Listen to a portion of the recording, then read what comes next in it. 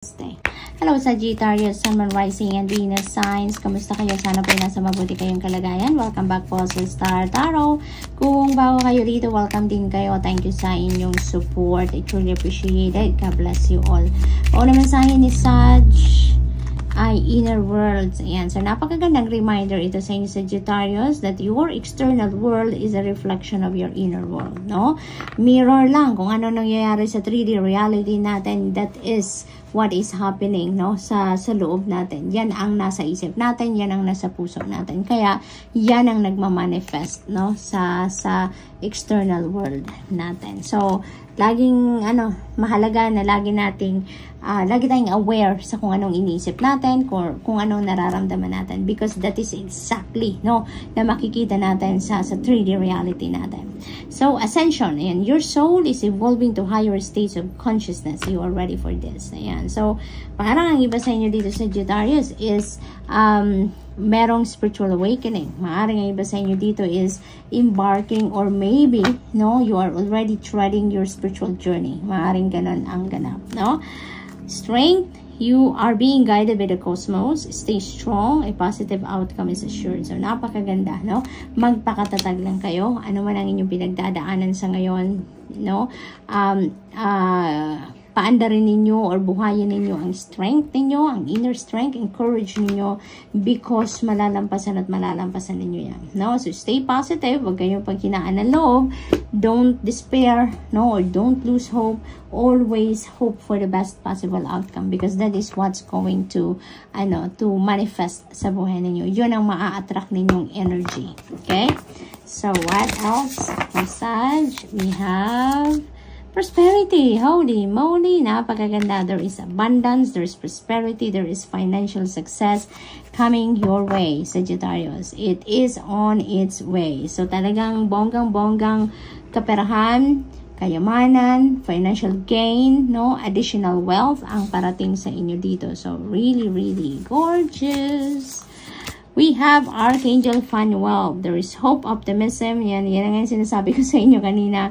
Always hope for the best. Always keep your hope and faith alive, no, sa puso ninyo. At huwag kayong bibigay, huwag kayong susuko sa mga pinagdadaanan ninyo sa buhay, because there is always hope, no, there will always be optimism, there will always be good results na mangyayari sa buhay ninyo sa kahit ano man ang inyong pinagdadaanan. When you always hope for the best, when you're very optimistic about your situation na bubuti at magbabago para sa ikakabuti at kakaganda ng inyong sitwasyon, mangyayari at mangyayari yan, Sagittarius. So, if you do believe that your situation is going to change for the better, maaasahan ninyo yan na yan ang dadating sa inyo. Maaasahan ninyo na yan ang mangyayari sa buhay ninyo, no? There is new beginning energy dito, so definitely there is going to there's going to be a new beginning sa buhay ninyo. There is going to be a fresh start. Maaring yan ay related dito sa financial ninyo situation, no? Maaring nanggagaling kayo sa difficult situation sa pangkaperahang aspeto, and now with the abundance, with the prosperity and financial success that is coming your way, maaring yan na ang pagbabagong mangyayari. Maaring yan ang new beginning na sisimulan ninyo, no? Yung financial landscape ninyo ay magbabago na. We have confusion. Ayan. So, marami siguro kayong kailangang pagdesisyonan. Maaring meron kayong choices, various choices na kailangang pagpilian dito, no, Sag? Kaya naman siguro, nalilito ang iba sa inyo. You are in the fork and the road, no? At this point, Sagittarius. Kaya, siguro, kailangan ninyo dito na mag-isip-isip. Kailangan muna ninyo dito na magmuni-muni so that malinawan ang inyong isipan. So that magkaroon kayo ng clarity, ng enlightenment sa buhay ninyo. Maaaring ganun ang inyong kailangan sa ngayon. Nang sa ngayon, magkaroon kayo ng clear path, no? Makita nyo na yung clear path na kailangan ninyong puntahan. Okay?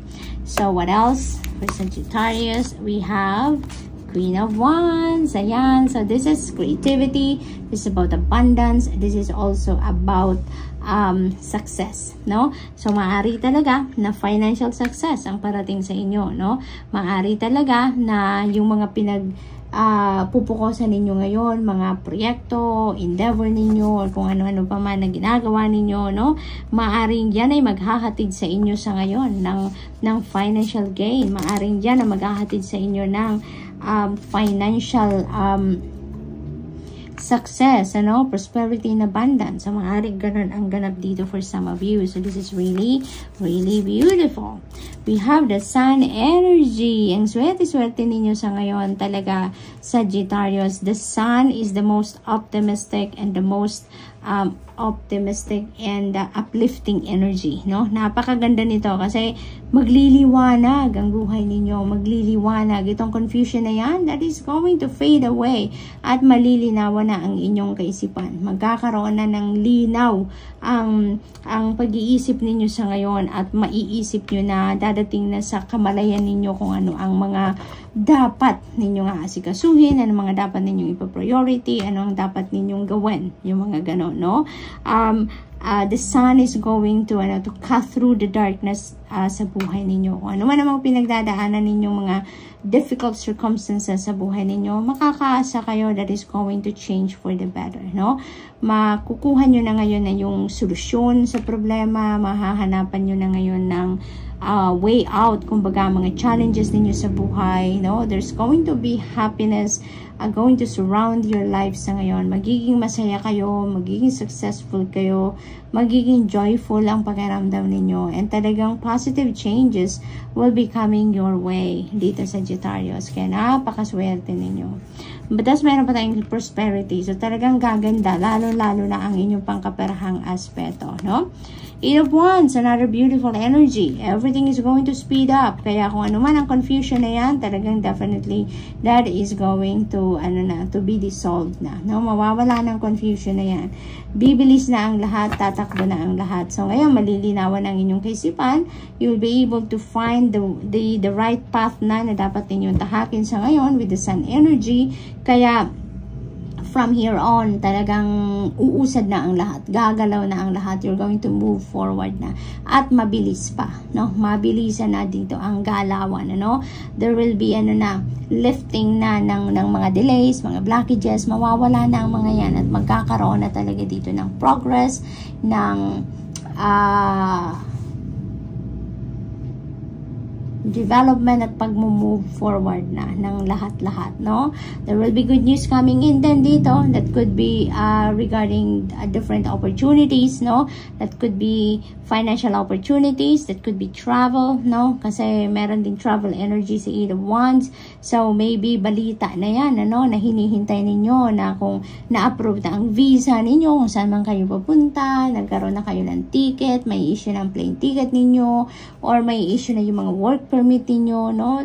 Depende sa inyong sitwasyon, but definitely, no, if it is regarding travel, maaaring yung mga hinihintay ninyong papeles dyan, approval or whatsoever, results ng mga tests, no? Maybe, yun ang ma-receive ninyo at yun ay talagang, yun ang hinihintay nyo na lang para kayo ay makaalis, no? So, good luck, Sag, and that's all I have for you for the week. I hope nakatulong ang mga mensaheng ito in some way. Thank you for watching. Love and light. Namaste.